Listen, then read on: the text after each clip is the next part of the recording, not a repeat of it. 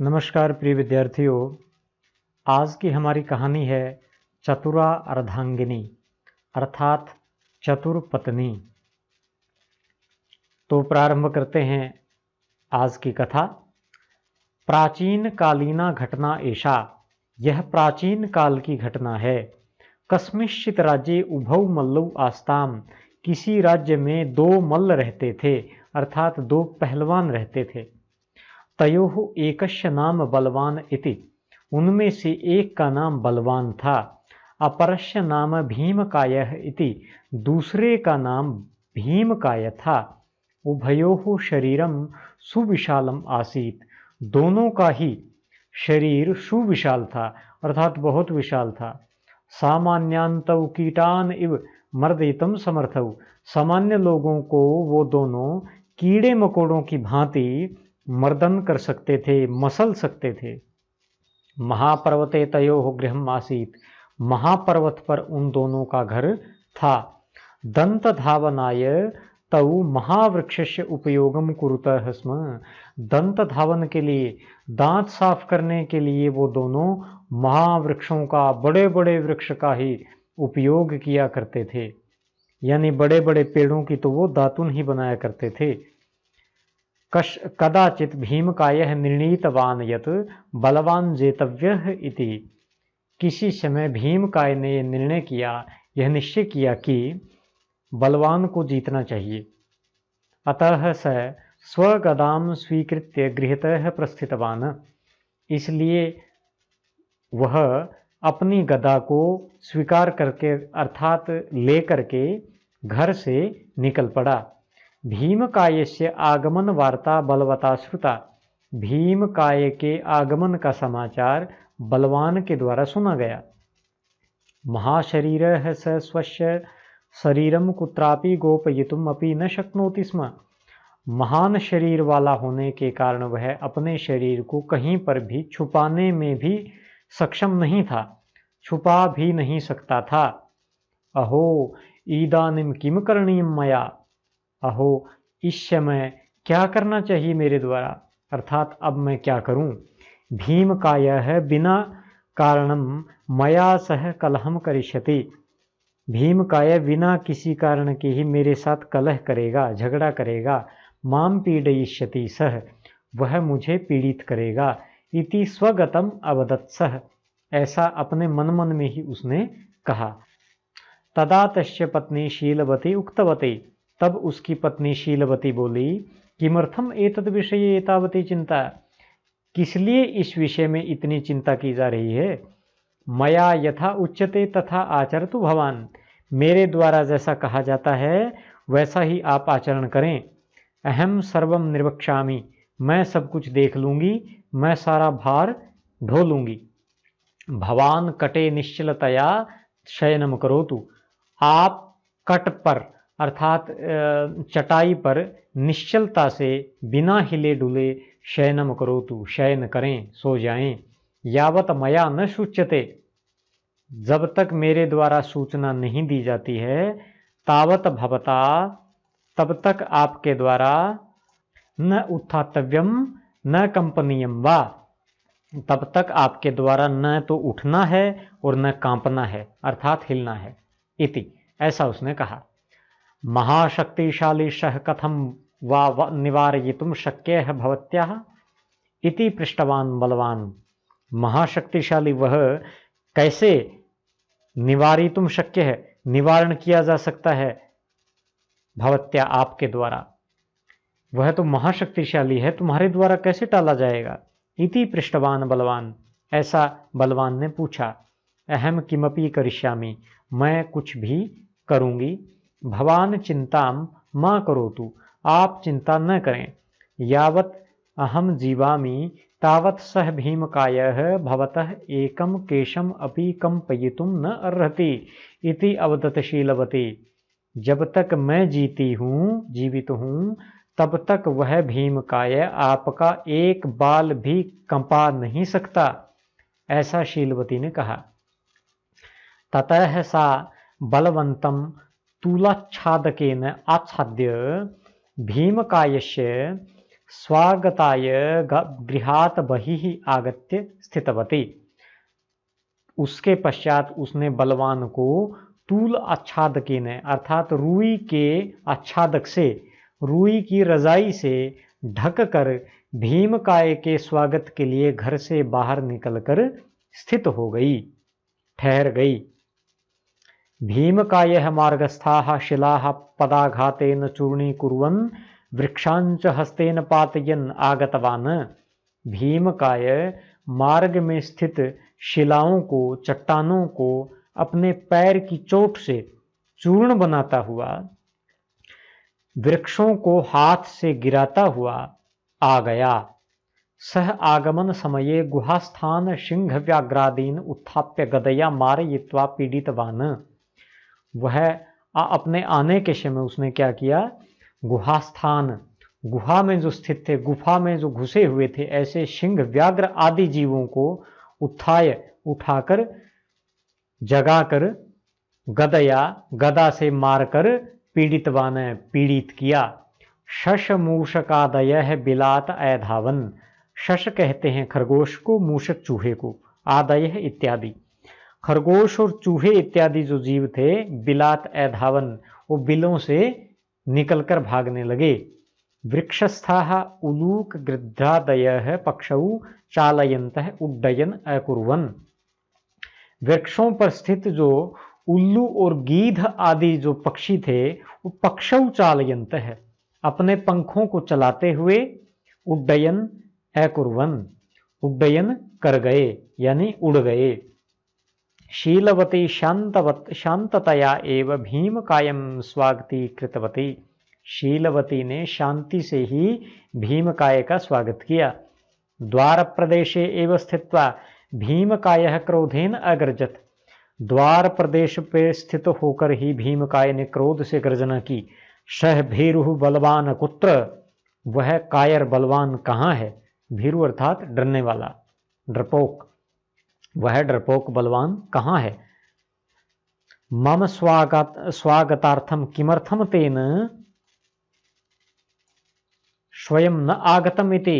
मेरे स्वागत के लिए वह स्वयं क्यों नहीं आया, इति ऐसा उसने कहा।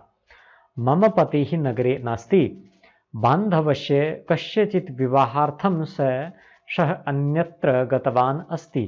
मेरे पति नगर में नहीं हैं, किसी बांधव के, बांधवस्य कस्यचित् किसी बांधव के, किसी रिश्तेदार के, विवाहार्थम विवाह के कारण से, सह अन्यत्र गतवान अस्ति वह किसी अन्य स्थान पर गए हुए हैं। भवतः कीदृशी सेवा करणीया मया। आपकी कैसी सेवा मेरे द्वारा की जानी है। कृपया आदिशतु, कृपया आदेश करें। इति उक्तवती शीलवती, ऐसा शीलवती ने कहा। माम किमर्थम असत्यम वदते भवते। भवती आप, वदती कहती हैं, माम मुझे किस कारण से असत्य कहती हैं। माम किमर्थम असत्यम वदति भवती, आप किस कारण से मुझसे असत्य बोलती हैं। यदि भवत्याः पतेः स्वयं गृहात् बहिः न आगमिष्यते तर्हि अहं भवत्याः सर्वान् कुक्कुटान् मर्दयिष्यामि इति क्रोधेन एव अवदत् भीमकायः।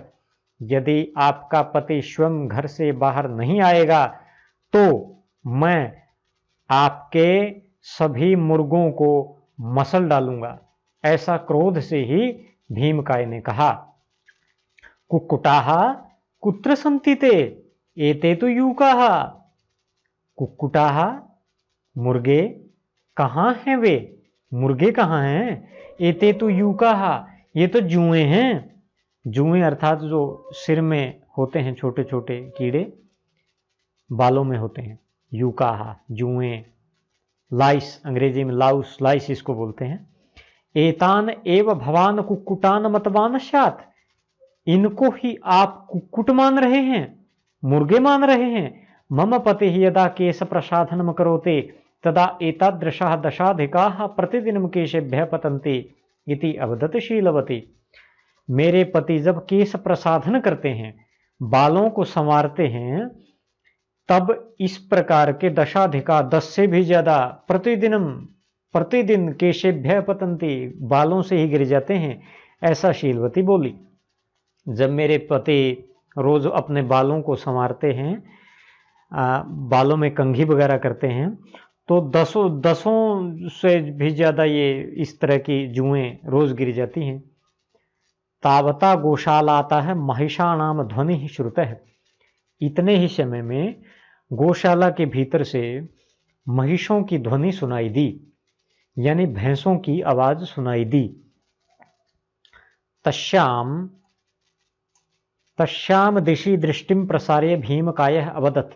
उस दिशा में दृष्टि को डालकर भीमकाय बोला, भवते पतिम यदि बहि न प्रेषयिष्यति तर्हि अहम एतान महिषान मारयित्वा खादिष्यामि इति।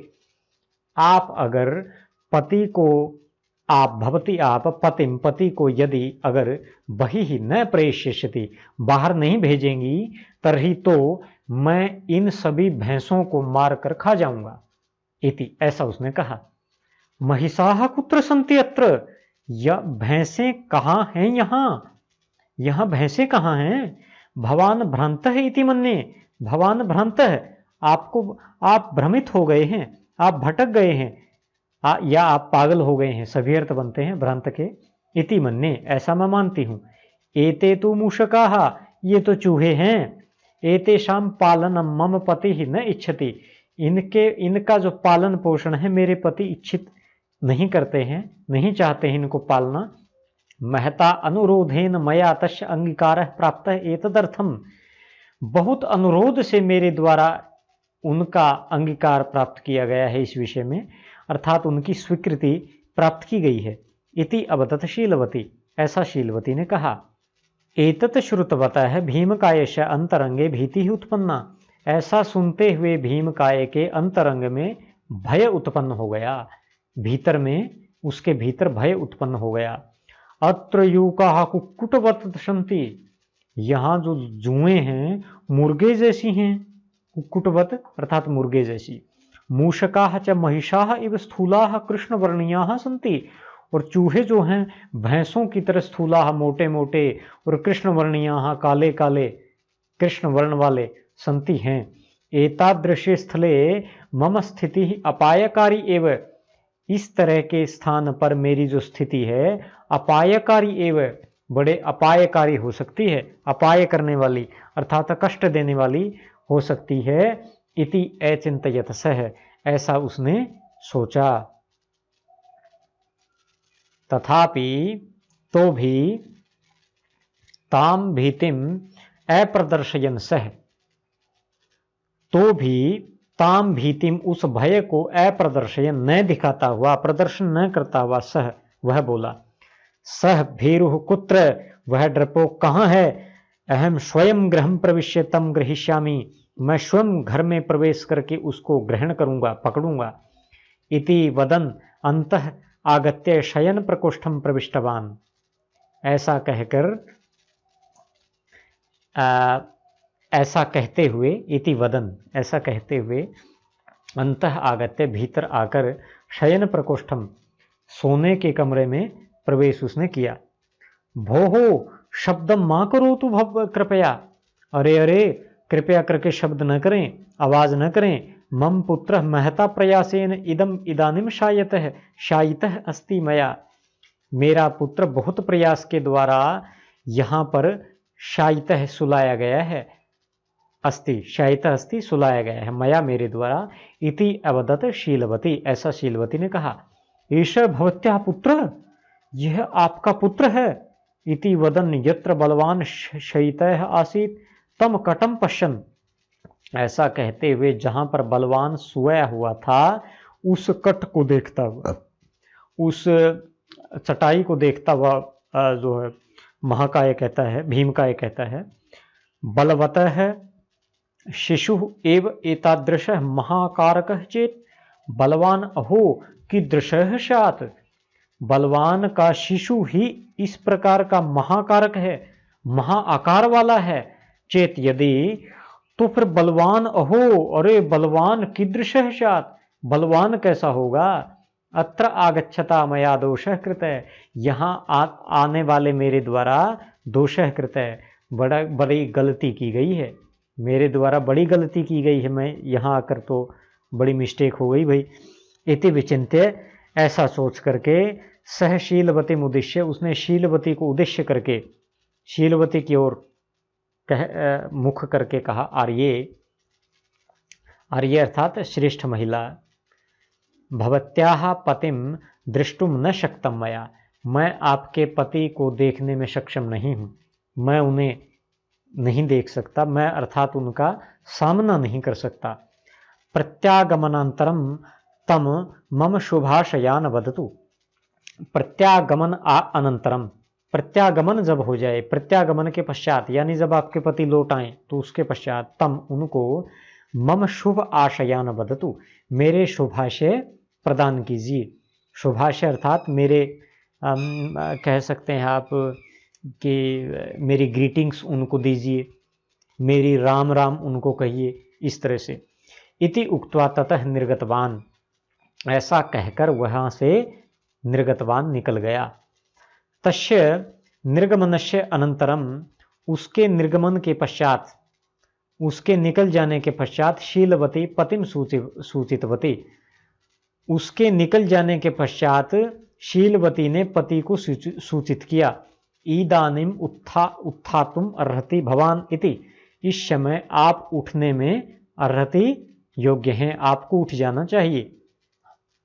संतोषेण उत्थितः बलवान पत्नीम बहुधा प्रशंसितवान, संतोष से उठा हुआ बलवान ने पत्नी की बहुत प्रकार से प्रशंसा की। अहम भीमकायश्च बलशालिनौ तु स्वः एव, मैं और भीमकाय तो बलवान तो हैं, हम दोनों बलशाली तो हैं खुद में ही, स्वः एव, स्वः हम दोनों हैं, हम दोनों, स्म हम सब, किंतु आवयोः अपि भवती एव श्रेष्ठा इति, किंतु हम दोनों से भी आप ही श्रेष्ठ हैं, तुम ही हम दोनों से ज्यादा बलवान हो, क्योंकि तुम्हारे में बुद्धि का बल है। तो प्रिय विद्यार्थियों, ये थी आज की कथा, चतुरा अर्धांगिनी, चतुर पत्नी। तो मिलते हैं अगले पाठ में, तब तक के लिए नमस्कार, जय भारत, जय भारती।